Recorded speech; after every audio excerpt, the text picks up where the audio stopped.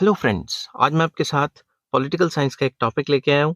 Topic का नाम है social contract theory by Thomas Hobbes. ये क्या कहते थे सोशल कॉन्ट्रैक्ट थ्योरी के बारे में कि किस तरीके से हमारी जो स्टेट है वो ओरिजिनेट हुई, सारा का सारा डिस्कस करेंगे। चैप्टर का नाम है सोशल कॉन्ट्रैक्ट थ्योरी और होब्स ने सोशल कॉन्ट्रैक्ट थ्योरी के बारे में क्या कहा था वो डिस्कस करेंगे और इस चैप्टर के बाकी सारे लिंक्स आपको डिस्क्रिप्शन में मिल जाएंगे। चलिए शुरू करते हैं without wasting any time. Thomas Hobbes was a great English philosopher of the 17th century who was deeply influenced by the events of the Civil War in England and the murder of the King Charles I. जो Thomas Hobbes थे वो एक बहुत मशहूर English philosopher थे 17th century के और वो डीपली इन्फ्लुएंस उनको काफ़ी असर किया कुछ इवेंट्स ने लाइक इंग्लैंड में जब सिविल वॉर चल रही थी 17th सेंचुरी में एंड जो मर्डर हो गया किंग चार्ल्स वन का इन दोनों इवेंट से वो काफी ज्यादा असरदार हुए he was of the opinion that only way to save the England of this save England of this chaotic situation was absolute monarchy. He therefore supported absolute monarchy and the idea of absolute powers of the king. उनको ये लगा कि अगर England को इस chaotic situation से, इस परेशानी वाली सिचुएशन से बचाना है तो एक ही तरीका है कि एब्सोल्यूट मोनार्की हो जाए। एब्सोल्यूट मोनार्की मतलब जो किंग है उसको मैक्सिमम पावर्स दे दी जाए और किंग अपनी मर्जी से जो करना चाहे करेगा तो ही वो जो दंगे फसाद हो रहे हैं उनको कंट्रोल कर पाएगा। Besides this he was also the tutor of the British King Charles II and was the supporter of giving absolute powers to the Stuart kings. इसके अलावा क्योंकि वो ट्यूटर था, टीचर था किसका, जो ब्रिटिश किंग चार्ल्स टू है उनका टीचर था, इसीलिए वो सपोर्ट करता था absolute powers to Stuart kings. मतलब वो जब किंग का टीचर है, किंग को काफी अच्छे तरीके से जानता है, उनको टीच करता है, तो उसे पता है किंग पावर में रहेगा तो मेरी भी चलेगी। इसलिए वो चाहता था कि भाई जितनी भी पावर्स किंग को दी जाए वो कम है, किंग के पास फुल पावर्स होनी चाहिए। Thomas Hobbes was made the detailed description of his his views आ रहा था यहाँ पे, his views in his book Leviathan, मतलब लेवियथन, इसकी प्रोनाउंसिएशन अलग अलग हो सकती है क्योंकि इंग्लिश और आपको पता है कि जो इंग्लिश जो है यूके की सेपरेट है और कैनेडियन एंड जो अलग अलग कंट्रीज हैं उनमें इंग्लिश की जो प्रोनाउंसिएशन है अलग अलग होता है। फिर भी लियाविथन इस टाइप की प्रोनाउंसिएशन है। Publish in 1657 and a detailed description of these is given below, कि इस पूरे के पूरे सोशल कॉन्ट्रैक्ट थ्योरी में क्या क्या उन्होंने कहा था उसको हम डिस्कस करेंगे। सबसे पहले state of nature according to Hobbes. Hobbes ने स्टेट ऑफ नेचर के बारे में क्या कहा था। Hobbes view about the state of nature were based on his views about human nature. Hobbes ने जो कहा था स्टेट ऑफ नेचर के बारे में वो बेस थे, किस पे बेस थे, ह्यूमन नेचर, इंसान की नेचर कैसी है उसके हिसाब से उन्होंने स्टेट ऑफ नेचर के बारे में कहा था। ठीक है। According to Hobbes from the very from the very nature from the very beginning आना था। nature of man is selfish, यहाँ पे मैं लिख देता हूँ from the very beginning, beginning, ठीक है। शुरुआती तौर पे जो इंसान है वो काफी ज्यादा सेल्फिश था, doubtful and decideful, being always struggling to get more and more power and honour. वो कहते थे कि जब इंसान स्टेट ऑफ नेचर में रहता था शुरुआती तौर पे तो इंसान काफी सेल्फिश था, डाउटफुल था और हमेशा पावर के पीछे और ऑनर के पीछे भागता रहता था। मतलब इंसान काफी मतलबी टाइप था। ठीक है। He always keeps trying to bypass others. वो इंसान हमेशा दूसरों को बाईपास करना और अपने आप को दूसरों से सुपीरियर समझना, इस टाइप की थिंकिंग रखता था। ही considers himself more intelligent and superior than others and has contempt for others. वो अपने आप को बाकी इंसानों से सुपीरियर समझता था हर इंसान, और दूसरों के लिए वो कंटेम्प्ट कह लो कि दूसरों से जेलसी कह लो, दूसरों से प्रॉब्लमेटिक कह लो, हमेशा उसको दूसरों से प्रॉब्लम्स रहती थी। Because of these reasons the man has miserable life in the state of nature. इन वजहों से, ये जो सारी वजह हैं कि वो अपने आप को बहुत ज्यादा जो है हाई फाई समझता है और बाकियों को कमतर समझता है और अपने आप को मतलब दूसरों से मतलब सुपीरियॉरिटी कॉम्प्लेक्स था उसको, इस वजह से हमेशा लड़ाइयाँ होती रहती थी इंसानों के बीच में। और स्टेट ऑफ नेचर में जो इंसान रहता था, उसकी जो लाइफ थी काफ़ी ज़्यादा प्रॉब्लमैटिक थी और मिज़रेबल थी। Men always kept quarreling with one another and the situation of might is right was always there. हमेशा इंसान एक दूसरे से लड़ते रहते थे और माइट इज राइट मतलब जिसमें ज्यादा जोर है वो जीत जाता था और अपनी बात को मनवा लेता था। Every individual was enemy of one another and would attack one another like Wolves. एक दूसरे को हमेशा लड़ाई के लिए तैयार रहते थे और लड़ाइयां भी करते रहते थे भेड़ियों की तरह। In such a situation, there was absence of law and government, and the principle of kill whom you can and take what you can was prevalent. इस टाइप की सिचुएशन में कोई लॉ एंड ऑर्डर नहीं थी, कोई government नहीं थी और एक ही असूल चलता था, जो कर सकते हो वो कर लो, जिसको मार सकते हो मार लो, जो लूट सकते हो लूट लो, ठीक है? क्योंकि जिसके पास पावर होती थी वो ये काम कर लेता था। होब्स के अकॉर्डिंगली बता रहा हूँ। According to Hobbes, the state of nature is a state of war. उस टाइम पे जो स्टेट ऑफ नेचर थी वो स्टेट ऑफ वॉर थी, क्योंकि कभी ना कोई लड़ाई चल रही होती थी। A war of all against all. जो वॉर चल रही होती थी वो हमेशा किसी ना किसी के खिलाफ चल ही रही होती थी, क्योंकि कभी ना कोई आपस में लड़ाइयां कर ही रहा होता था। A state in which nothing could be unjust and force and fraud were two can cardinal virtues. Simple words में उस टाइम पे जो स्टेट ऑफ नेचर चल रही थी उसमें जो बंदा जो मर्जी करना चाहे करे, चाहे वो जस्ट है चाहे वो अनजस्ट है, फोर्स और फ्रॉड के थ्रू ये सारे की सारी काम किए जाते थे। मतलब जो भी इंसान करना चाहता है वो कर सकता था, ठीक है? अब under such circumstances there was no place for mutual cooperation, love, harmony. Harmony के मैंने स्पेलिंग गलत लिख दी है, रुको 2 मिनट। हार्मनी, ठीक है? कल्चर, तो ऐसा कोई स्कोप नहीं था कि लोग कोऑपरेट करें और आपस में कोऑपरेशन रखें, प्यार मोहब्बत से रहें, हार्मनी से रहें, भाईचारे से रहें और कल्चरली अपने आप को इंटेंसिव या इंटेलेक्ट करने की कोशिश करें। Rather the human life was based on insecurity, lack of faith, hatred, deceit and violence etcetera etcetera. बजाय इसके कि प्यार मोहब्बत में आपस में जो लोग थे वो लड़ते रहते थे। In the words of Hobbes, in the state of nature, the life of man was solitary, poor, nasty, brutish and short. उनका ये मानना था होब्स का कि जो इंसान की जो लाइफ थी स्टेट ऑफ नेचर के अंदर वो काफी कम थी, पुअर थी और हमेशा परेशानियों से घिरी रहती थी और काफी शॉर्ट थी, क्योंकि कभी ना कोई किसी को लड़ाई में मार देता था। तो स्टेट ऑफ नेचर में इंसान की जो हालत थी वो बद से बदतर थी, अगर होब्स के हिसाब से चलें तो, ठीक है? बाकियों के अलग-अलग व्यूज़ हैं, वो भी मैं डिस्कस करूँगा। नेक्स्ट आ जाता है social contract according to Hobbes. Hobbes ने सोशल कॉन्ट्रैक्ट के बारे में क्या कहा? According to Hobbes, the life of individual in the state of nature was unhappy and painful, and in order to get rid of it, they entered into a contract as a result of which the state was born. Hobbes का कहना था कि जो इंसान की जो जिंदगी थी स्टेट ऑफ नेचर में वो बहुत ही अनहैप्पी थी, दुखी जिंदगी थी, पेनफुल जिंदगी जी रहा था और इस दुखों से और जो दर्द है इनसे निकलने के लिए जो इंसान है, जो ह्यूमंस है, उन्होंने जो है एक कॉन्ट्रैक्ट किया और उस कॉन्ट्रैक्ट की वजह से जो स्टेट है वो बॉर्न हुई। समझ की बात? किस तरीके से किया वो सारा डिस्कस करेंगे।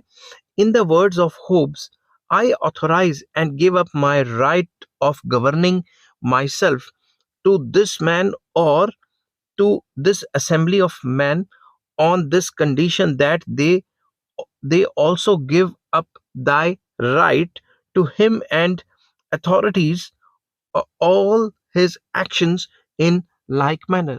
उनका कहना ये था होप्स का कि मैं ऑथोराइज करता हूँ कि मैं अपनी सारे के सारे राइट्स देता हूँ कि मेरे ऊपर गवर्निंग मतलब रूल किया जाए। और किसको देता हूँ? या तो एक पर्सन को या फिर एक असेंबली ग्रुप ऑफ पर्संस को देता हूँ कि मैं अपने सारे राइट्स देता हूँ, वो मेरे ऊपर गवर्न करें और मुझे इन सारी प्रॉब्लम्स को निकालें। This way, according to Hobbes, the rights to govern over themselves have been given to one person or group of persons by all. जितने भी persons हैं वो अपना right to govern एक बंदे को दे देंगे या group of persons को दे देंगे, to which we call ruler और sovereign, जिनको उन्होंने ruler कहा या फिर sovereign का नाम दिया।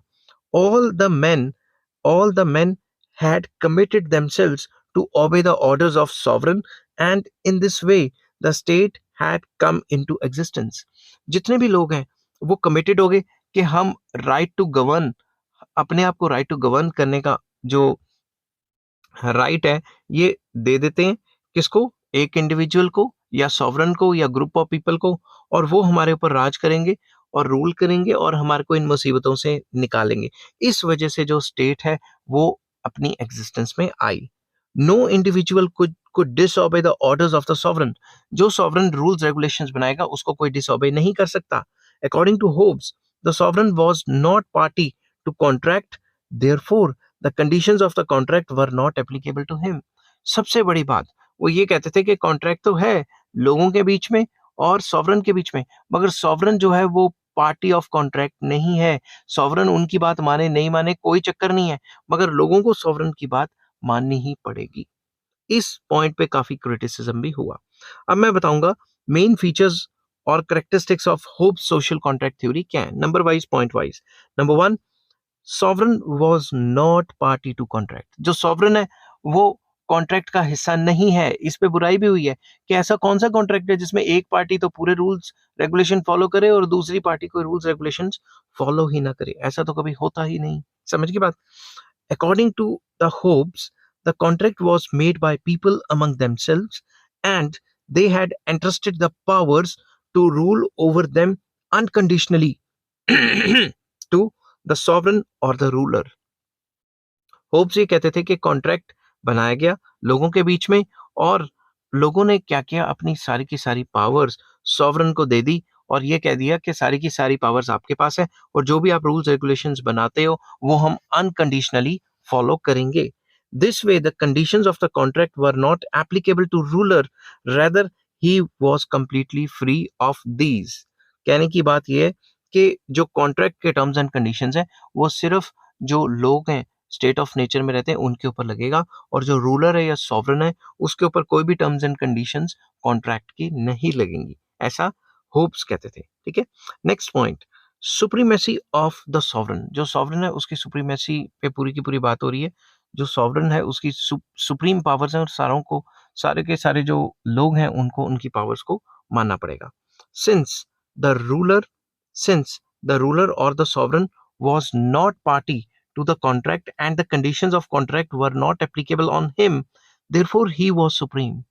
जो भी रूल्स रेगुलेशंस बने, जो भी वो जो टर्म्स एंड कंडीशंस कॉन्ट्रैक्ट की बनी वो सिर्फ लोगों को माननी पड़ेंगी, और वो जो टर्म्स एंड कंडीशन है वो सॉवरन के ऊपर अप्लाई नहीं होती। सॉवरन मतलब जो रूलर है, किंग है या ग्रुप ऑफ पर्सन है, उनके ऊपर अप्लाई नहीं होती। इस वजह से जो सॉवरन है उसके पास सुप्रीम पावर्स चली जाएंगी कि वो माने ना माने वो अपनी मन मर्जी कर सकता है।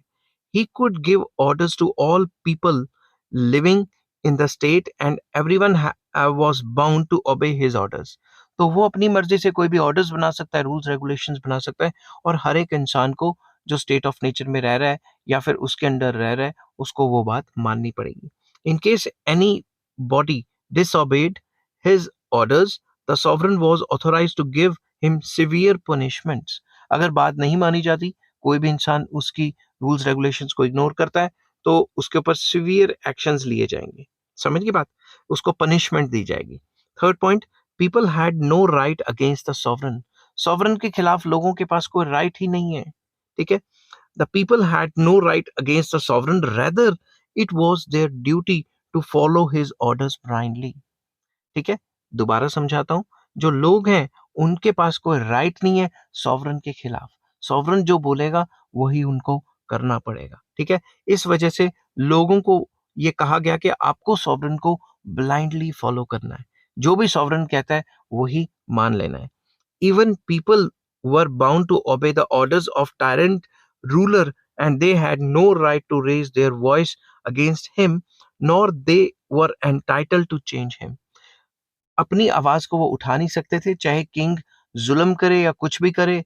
ठीक है, जो भी किंग ने रूल्स रेगुलेशंस या सॉवरन ने रूल्स रेगुलेशन बना लिए वही फॉलो करने पड़ेंगे, और लोगों के पास कोई राइट नहीं होगा कि वो उस रूलर को चेंज कर पाए। ठीक है, लोगों के पास कोई राइट नहीं होगा कि उसको चेंज कर सके।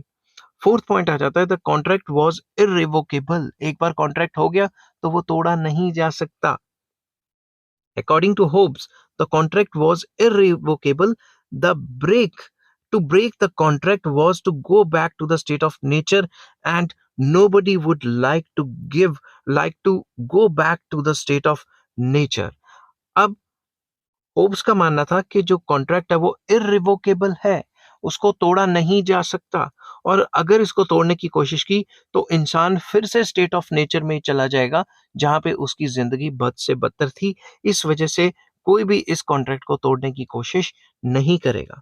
According to Hobbes, the conditions of contract were not applicable only to people who had entered into this contract. Rather, the conditions of contract were applicable to coming generation also. Hobbes का मानना था कि ये जो contract है, ये जो लोग अभी जिंदगी जी रहे हैं उनके ऊपर तो अप्लाई होता ही होता है, मगर जो आने वाली नस्लें हैं, आने वाली जनरेशन है, उनके ऊपर भी ये कॉन्ट्रैक्ट अप्लाई होगा। नेक्स्ट पॉइंट आ जाता है permanent surrender of all rights except. Except मैंने 2 बार लिख दिया, इसको मैं इरेज कर देता हूं, ठीक है। Except the right to self defence. सारे के सारे राइट्स को हमने सरेंडर कर दिया रूलर या किंग के आगे, but right to self defence हमारे पास अभी भी रहा कि अगर हमारे को कोई मारने आ जाता है तो हम अपने आप को डिफेंड कर सकते हैं। वो राइट छोड़ के बाकी सारे राइट्स किंग को दे दिए गए, जो कि ये होब्स कहते हैं। इसमें क्या लिखेंगे? According to the contract the people had surrendered all the rights to the sovereign except. Expect लिख दिया मैंने, मुझे एक्सेप्ट लिखना चाहिए था, रुको। एक्सेप्ट, ये जब मैच देखते देखते वीडियो बनाओ ना तो ये ऐसे ही होता है। Except their right to self defence. सारे राइट्स को सरेंडर कर दिया गया। किसको? सॉवरन को या किंग को। बस एक राइट रह गया लोगों के पास, right to self defence. The individual could take action only for the protection of his or her life. इंसान सिर्फ अपनी लाइफ को प्रोटेक्ट करने के लिए कोई एक्शन ले सकता है। In case the sovereign was not capable to protect the life of an individual, then the individual was free to take shelter of some authority. अगर किसी भी तरीके से अगर सॉवरन, अगर ये मतलब जितने भी जो इंडिविजुअल्स हैं उनकी लाइफ को प्रोटेक्ट नहीं कर पाता, तो इंडिविजुअल फ्री है, वो किसी और सॉवरन के पास जा सकता है, अपनी अथॉरिटी को चेंज कर सकता है, मतलब एक किंग को छोड़ के किसी और के किंगडम में भी जा सकता है। ऐसा होब्स का मानना था, ठीक है। Next point, the liberty of the individual was dependent upon the will of the sovereign.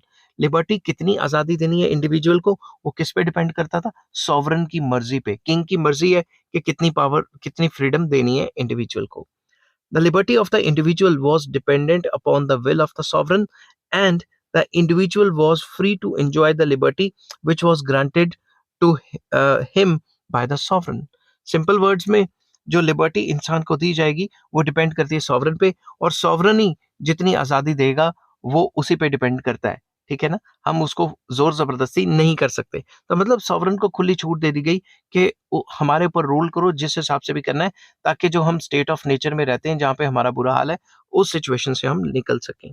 So the sovereign was the source of rights and liberties या liberty of the individual, and an individual was not allowed to have any right against the wishes of the sovereign. तो सारे के सारे rights and liberties sovereign provide करेगा, और इंसानों के पास कोई ऐसा राइट और लिबर्टी नहीं होगा जो सॉवरन ना चाहे। समझ की बात? जो सॉवरन चाहता है वही होगा। The rights and liberty of the individual were gifts from the sovereign. जो भी राइट्स या आजादी सॉवरन देगा इंडिविजुअल्स को, वो एक टाइप का सॉवरन का गिफ्ट होगा। किसको? इंडिविजुअल्स को।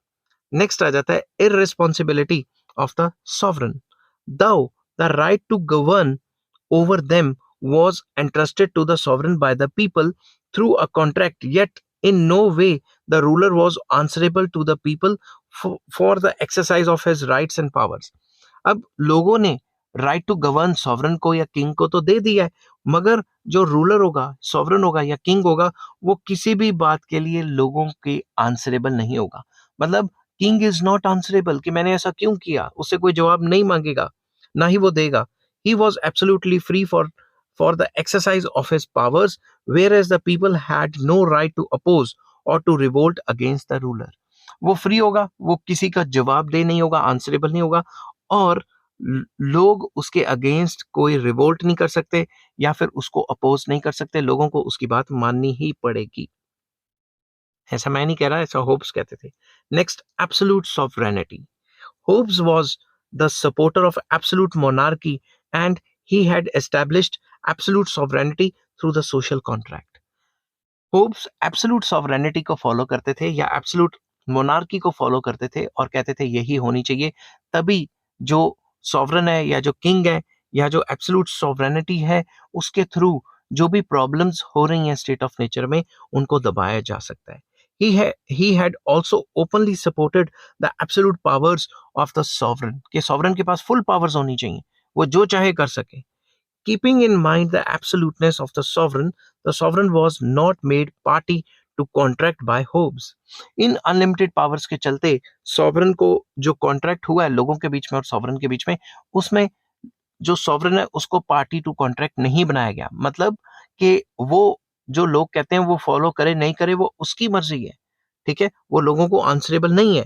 According to Hobbes the sovereign was the source of law, yet he himself was above the law.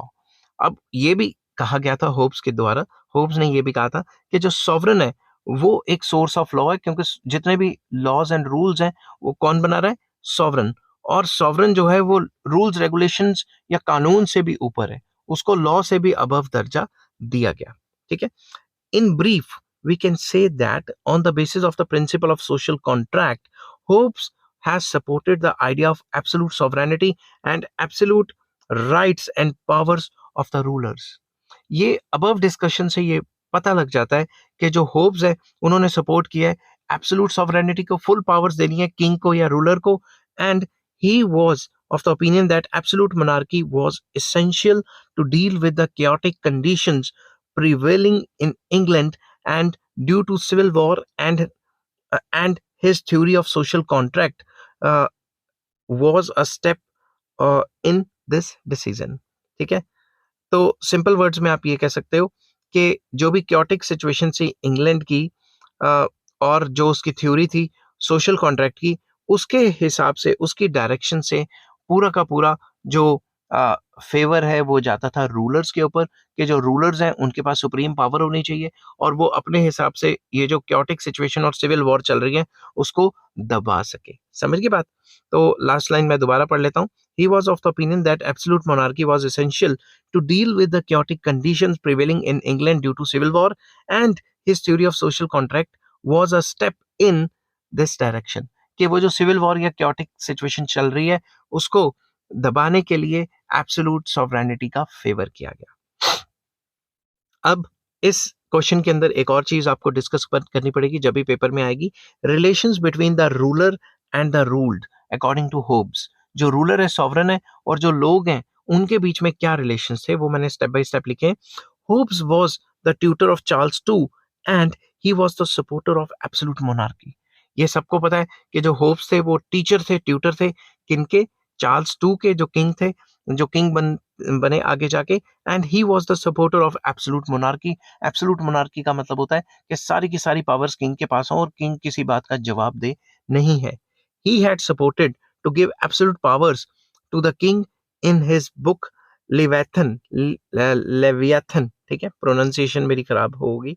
And according to Hobbes the relations between the ruler and the people were, number one, the contract was made by the people among themselves and king was not a party to contract, कि जो contract है वो लोगों ने आपस में sign किया और किंग को कह दिया कि भाई तू हमारे पर रूल कर और जो भी तेरी बातें होंगी वो हम मानेंगे। जो किंग होगा वो कॉन्ट्रैक्ट की पार्टी नहीं होगा, मतलब कॉन्ट्रैक्ट के जितने भी रूल्स रेगुलेशंस है वो किंग के ऊपर अप्लाई नहीं होंगे।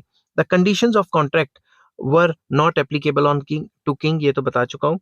The people were not allowed to oppose the king, जो लोग हैं वो किंग को अपोज नहीं कर पाएंगे कभी भी। The king will have absolute and unlimited powers, उसके पास अनलिमिटेड पावर्स होंगी। The law shall be the command of the king, जो किंग कहेगा वही लॉ होगा, जो किंग कहेगा वही रूल्स रेगुलेशंस होंगे। The people will be free to enjoy only those freedoms which will be given to them by king. जो king ने फ्रीडम्स दी हैं सिर्फ वही लोग एंजॉय कर पाएंगे. In brief, Hobbes was the supporter of complete, indivisible and absolute sovereignty. हम briefly कह सकते हैं कि जो होप्स था वो सपोर्टर था कि भाई फुल फ्रीडम किंग के पास होनी चाहिए और उसकी पावर्स इंडिविजिबल होनी चाहिए, फुल पावर्स हो, ताकि वो उन क्योटिक सिचुएशंस को डील कर सके जिसमें जिस स्टेट ऑफ नेचर में इंसान रहता है. अब कोई भी ऐसी थ्योरी नहीं है जो जिसकी कभी ना कभी कोई बुराई ना की गई हो. तो इस थ्योरी की क्रिटिसिज्म क्या है वो डिस्कस करेंगे. Criticism of Hobbes social contract theory. The social contract theory as expounded by Hobbes can be criticized on the following grounds. Number one, wrong view of human nature. उन्होंने बताया इंसान मार रहा है किसी को, ये कर रहा है, वो कर रहा है, बड़ी प्रॉब्लम्स हैं, इतनी ज्यादा प्रॉब्लम्स डिस्कस कर ली. तो कुछ लोगों का मानना ये था कि इंसान की इतनी दुखी जिंदगी भी नहीं थी जितनी इन्होंने बोल दी. According to Hobbes, from the very beginning, the man is selfish, egoistic, hungry for power and quarrelsome, and he continues to struggle for getting more and more power.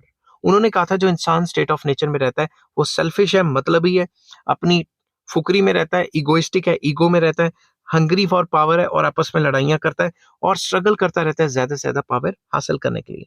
But opposite to it, most of the thinkers believe that man is a social being and has a virtues like sympathy, mercy, toleration, mutual love, service, etc. But most of the जो thinkers है उनका ये मानना है कि इंसान इतना मतलब ही नहीं था, इंसान के दिल में प्यार मोहब्बत होती थी और मर्सी भी होती थी, दया होती थी, ठीक है, और टॉलरेशन होती थी, आपस में एक दूसरे से प्यार मोहब्बत से रहते थे. According to Aristotle, man is a social being and for him to live without society is as difficult as to live without water for a fish.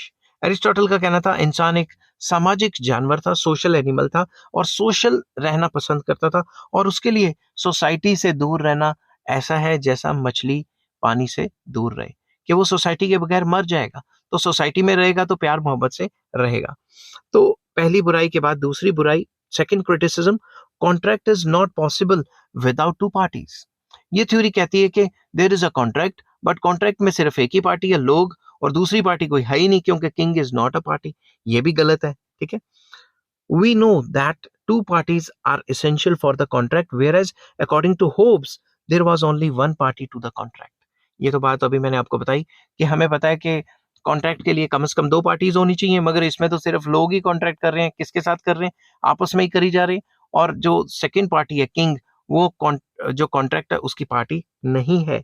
The sovereign और the ruler was not a party to contract and the conditions of the contract were not applicable to him. अब आप खुद सोचो, जो sovereign है या ruler है वो कॉन्ट्रैक्ट का पार्टी नहीं है, मतलब उसके ऊपर कॉन्ट्रैक्ट लागू नहीं होता. ऐसा कौन सा कॉन्ट्रैक्ट है जो दोनों साइड्स पे लागू नहीं होता, सिर्फ एक ही बंदे पे लागू होता है?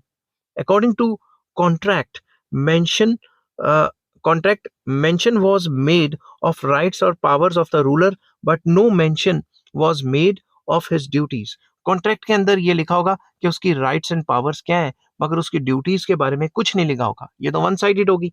So this contract was not viable from legal point of view. तो ये कोई ऐसा कॉन्ट्रैक्ट नहीं है जो लीगल पॉइंट ऑफ व्यू से वाइबल है, क्योंकि लॉ तो यही कहते हैं ना कि जो कॉन्ट्रैक्ट होता है उसमें rights and obligations of both the parties होती हैं. नेक्स्ट आ जाता है हिपोथेटिकल theory.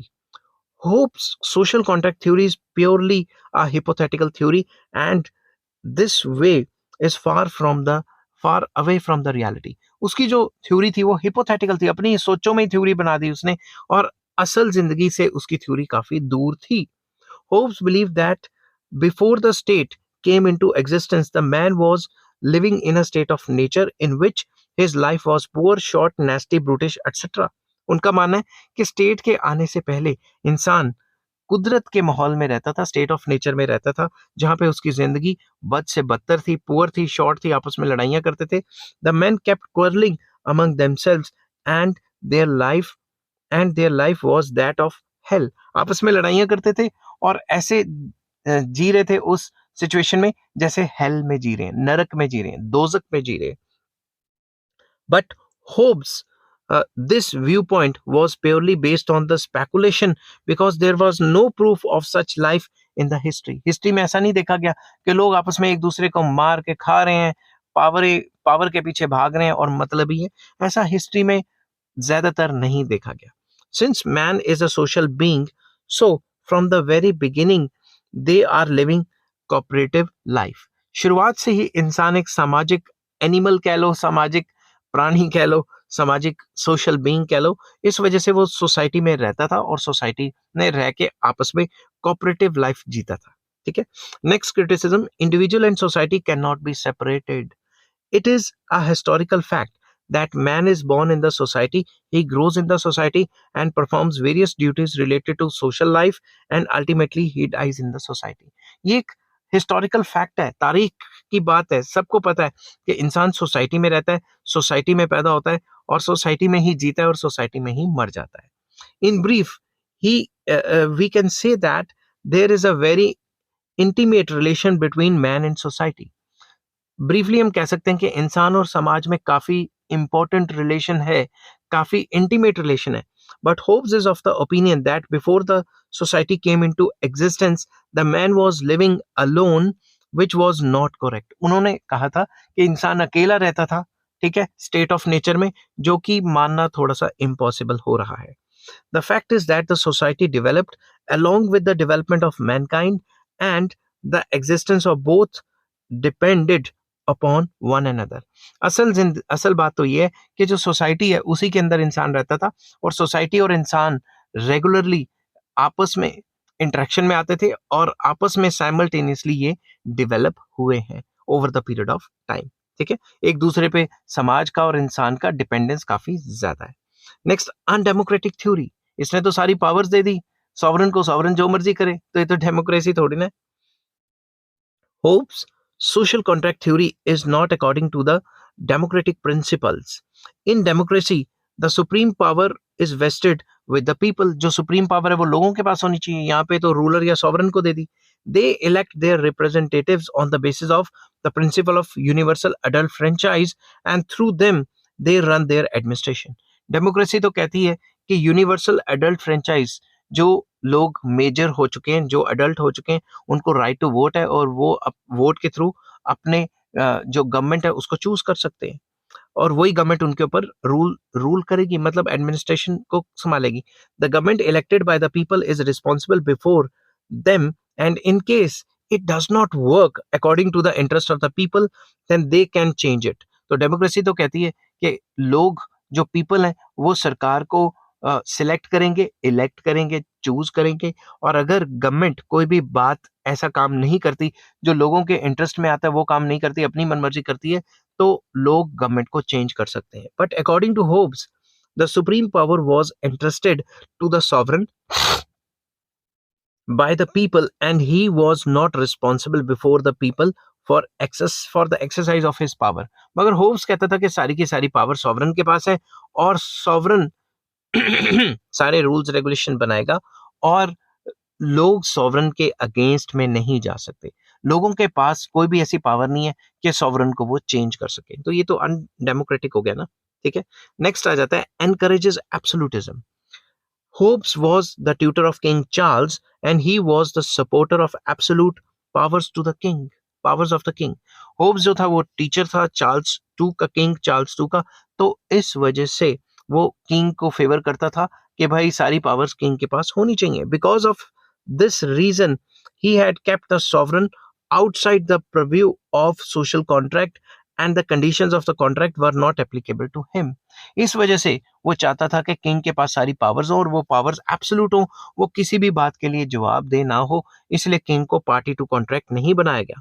Sovereign was the custodian of supreme powers and he was not responsible before the people for the use of his powers. Sovereign के पास सारी powers दे दी गई और वो जवाबदेह लोगों का नहीं होगा कि भाई मैंने ये पावर क्यों इस्तेमाल की, कैसे इस्तेमाल की. नीदर कोई भी इंसान उसकी पावर को चैलेंज कर सकता है. He was the source of rights and law and the people could not enjoy any right against his wishes.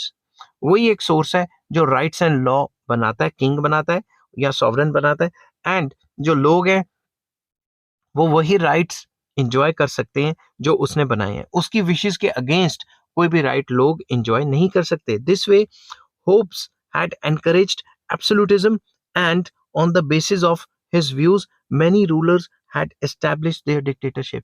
इन्हीं views के चलते हुए कई rulers ने अपनी dictatorship बना ली जो कि democratic principles के खिलाफ था उस टाइम पे. नेक्स्ट आ जाता है the people living in the state of nature can not become wise overnight. ये कह रहा लोग आपस में लड़ते रहते हैं, पागलों की तरह मारते रहते हैं एक दूसरे को, और रातों रात उनको इतनी अकल आ गई, इतनी इंटेलिजेंस आ गई कि उन्होंने स्टेट भी खड़ी कर दी, सॉवरन को पावर भी दे दी. ये थोड़ा क्वेश्चनेबल है. ठीक है. According to Hobbes the life of the man in the state of nature was solitary, short, poor, nasty and brutish etcetera. कि जिंदगी जो स्टेट ऑफ नेचर में लोग रहते थे उनकी जिंदगी बहुत परेशान थी, एक दूसरे को मार काट करते थे, पुअर थे, ब्रिटिश थे. ठीक है. Besides this according to him the state of nature was the state of war in which people kept fighting among themselves. वो ये कहता था स्टेट ऑफ नेचर में हमेशा एक इंसान दूसरे इंसान से लड़ाइयां लड़ाइयां कर रहा है, लड़ाइयां चल रही हैं और फाइटिंग चल रही है regularly. In such situation the people had no knowledge of good और बैड, just और unjust, moral और immoral, religious और irreligious. लोगों को कोई पता नहीं लोगों को कोई नॉलेज नहीं कि अच्छी चीज क्या है, बुरी चीज क्या है, जस्ट अनजस्ट क्या है, मॉरल इमोरल के बारे में कुछ नहीं पता, लोगों को रिलीजियस इररिलीजियस के बारे में कुछ नहीं पता, बस लोग आपस में लड़ाइयां करने लगे हुए हैं. But if we accept this view point of Hobbes, then the question arises that how an uncivilized man becomes civilized overnight, and how the idea of social contract came in his mind to get rid of this sorry state of nature. तो ये चीज questionable है कि अगर इंसान इतना पागल था, इतना बेवकूफ था, आपस में लड़ाइयां करता था, मार काट करता था, तो रातों रात उनको कैसे अकल आ गई कि उन्होंने एकदम स्टेट को बॉर्न कर दिया और सॉवरन को पूरी पावर्स दे दी. इतना अनसिविलाइज्ड मैन एकदम से कैसे सिविलाइज्ड हो गया, ये क्वेश्चनेबल है. नेक्स्ट पॉइंट आ जाता है क्रिटिसिज्म का. No mention of distinction between state and the government. State और गवर्नमेंट के बीच में कोई डिस्टिंक्शन नहीं की गई. जो स्टेट है वही गवर्नमेंट है. ठीक है. Hobbes has made no mention of distinction between state and the government, whereas both are different institutions and there were many differences between the two. Hobbes ने कहा कि भाई स्टेट और गवर्नमेंट डिफरेंट है, ऐसा नहीं है. स्टेट और गवर्नमेंट एक ही बात है. रूलर है और रूलर या सॉवरन या किंग है, उसके पास सारी की सारी पावर है, वही स्टेट है, जो वो बोलता है वही रूल्स है.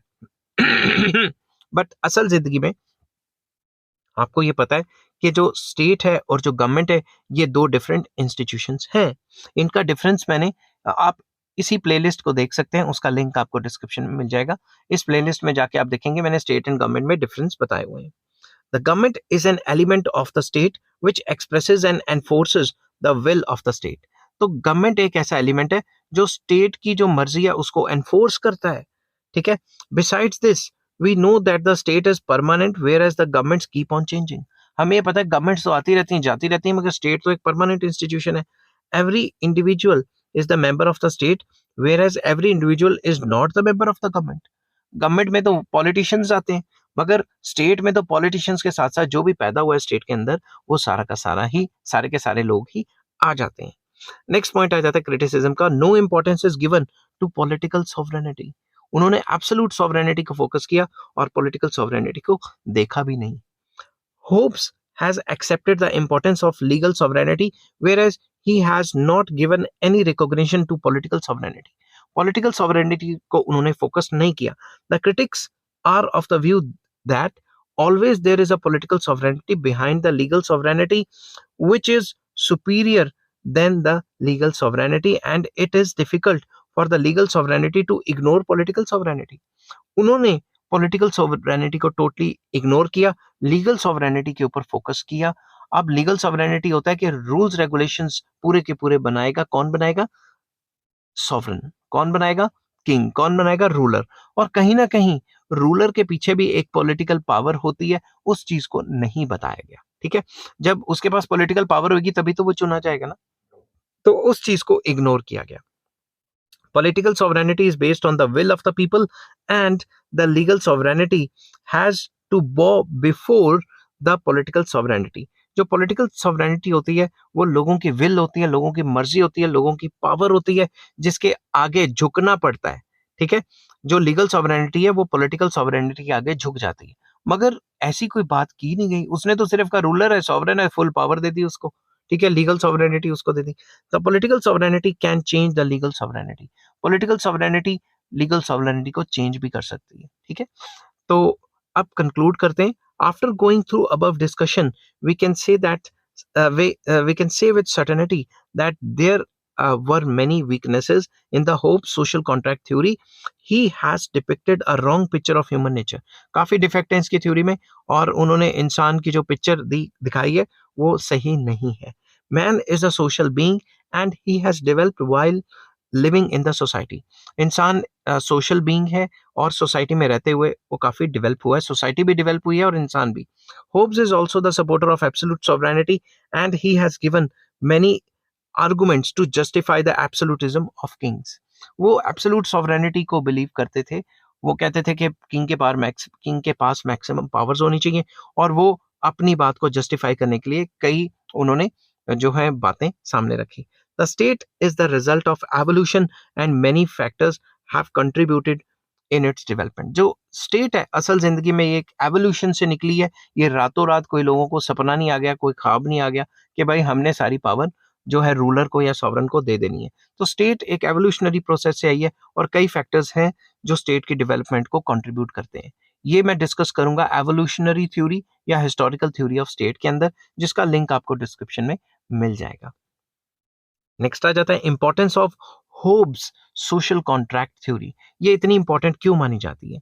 In spite of its criticism, social contract theory has expounded by Hobbes has its own importance, such as number one, before Hobbes' social contract theory, uh, there were great influence of divine origin theory about the origin of the state, and the supporters of this theory accepted the state as a divine institution and considered state as an embodiment of God on earth.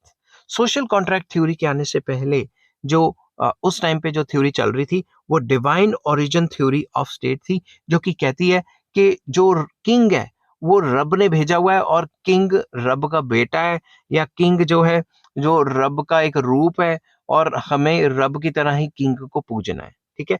इससे थोड़ा सा step ऊपर चला तो उन्होंने कहा कि भाई ये तो सोशल कॉन्ट्रैक्ट है, समझ गए बात।